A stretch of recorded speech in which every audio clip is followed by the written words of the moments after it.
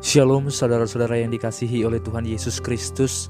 Kita sungguh bersyukur ketika sekali lagi firman Tuhan akan menyapa setiap hati kita dan menolong kita untuk kembali kepada firman-Nya. Oleh karena itu marilah meminta pertolongan di dalam doa. Bapa di dalam surga, anugerahkanlah kami hati yang sungguh-sungguh untuk mengerjakan yang terbaik bagi Tuhan dan pikiran yang mau tunduk kepada kebenaran-Mu, sehingga semakin hari kami semakin mengasihi Engkau dan mengasihi sesama kami. Dalam nama Yesus Kristus, amin. Saudara yang terkasih, firman Tuhan hari ini diambil dari surat 2 Yohanes pasal yang pertama ayat yang ke-6. Demikianlah firman Tuhan. Dan inilah kasih itu, yaitu bahwa kita harus hidup menurut perintah-Nya.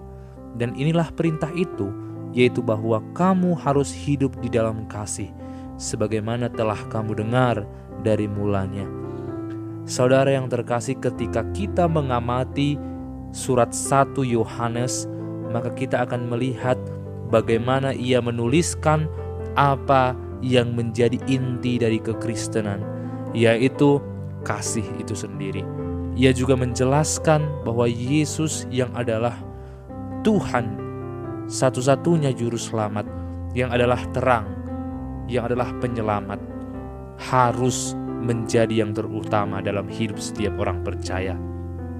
Sehingga Yohanes juga banyak bercerita mengenai kasih di pasal-pasal sebelumnya. Sehingga pada pasal yang pertama di 2 Yohanes ini, ia sekali lagi menekankan bahwa sesungguhnya kasih adalah hal yang terutama. Sehingga ketika kita mengasihi seseorang, maka kita akan bersedia dengan sukarela melakukan apa yang diminta oleh orang tersebut. Saya sangat mengingat bagaimana saya diberikan perintah oleh ayah saya, dan kami anak-anaknya tidak ada yang berani untuk menolak.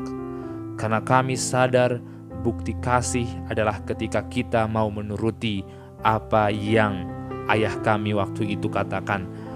Sehingga ini membuat kami semakin hari semakin sadar bahwa sesungguhnya kasih itu butuh pembuktian. Sehingga itu juga yang dikatakan oleh Yohanes pada bagian ini. Ketika orang percaya mengatakan ia percaya kepada Yesus, maka orang percaya juga harus menuruti perintah Tuhan. Akan tetapi orang yang hidup dalam Tuhan bukanlah orang-orang yang sekedar melakukan tuntutan hidup atau moral yang baik, tetapi lebih daripada itu. Sehingga ketika ada orang bertanya kepada Yesus, apakah hukum yang terutama? Maka Yesus menjawab, kasihilah Tuhan Allahmu, dan yang sama dengan itu ialah kasihilah sesamamu. Sehingga kasih itu menjadi poin yang terpenting dalam iman kekristenan. Saudara yang terkasih, ketika kita melihat apa sesungguhnya yang diperintahkan oleh Tuhan, hanya satu, yaitu mengasihi Allah dan mengasihi sesama. Kasih yang kita berikan kepada Allah sudah diberikan Allah terlebih dahulu kepada kita. Kita tidak mungkin mengasihi Allah jikalau Allah tidak terlebih dahulu mengasihi kita. Tuhan meletakkan kasih-Nya dalam hati kita, sehingga kita dapat menyebarkan kasih kita kepada banyak orang.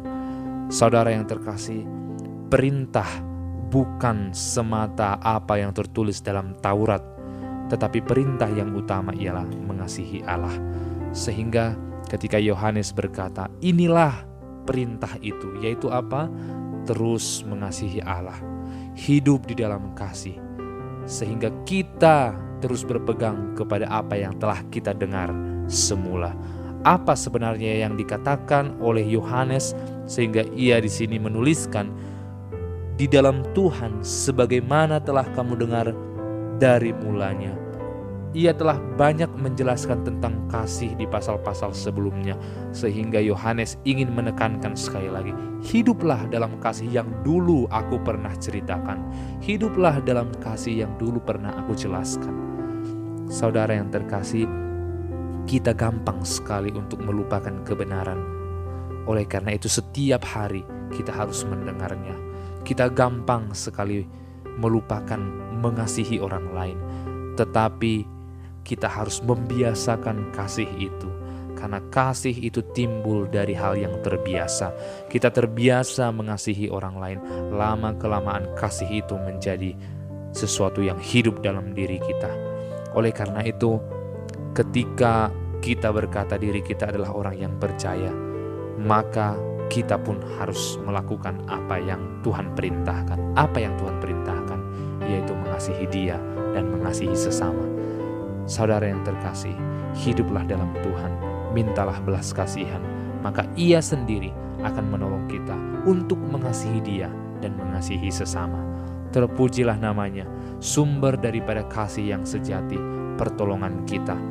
Kasihilah setiap orang, kasihilah Tuhan Allahmu, buktikanlah kasih-Mu, taatlah pada perintah-Nya, jauhilah dosa. Amin.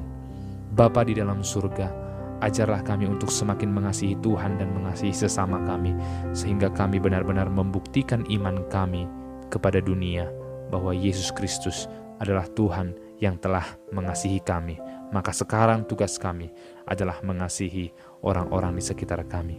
Dalam nama Yesus, amin.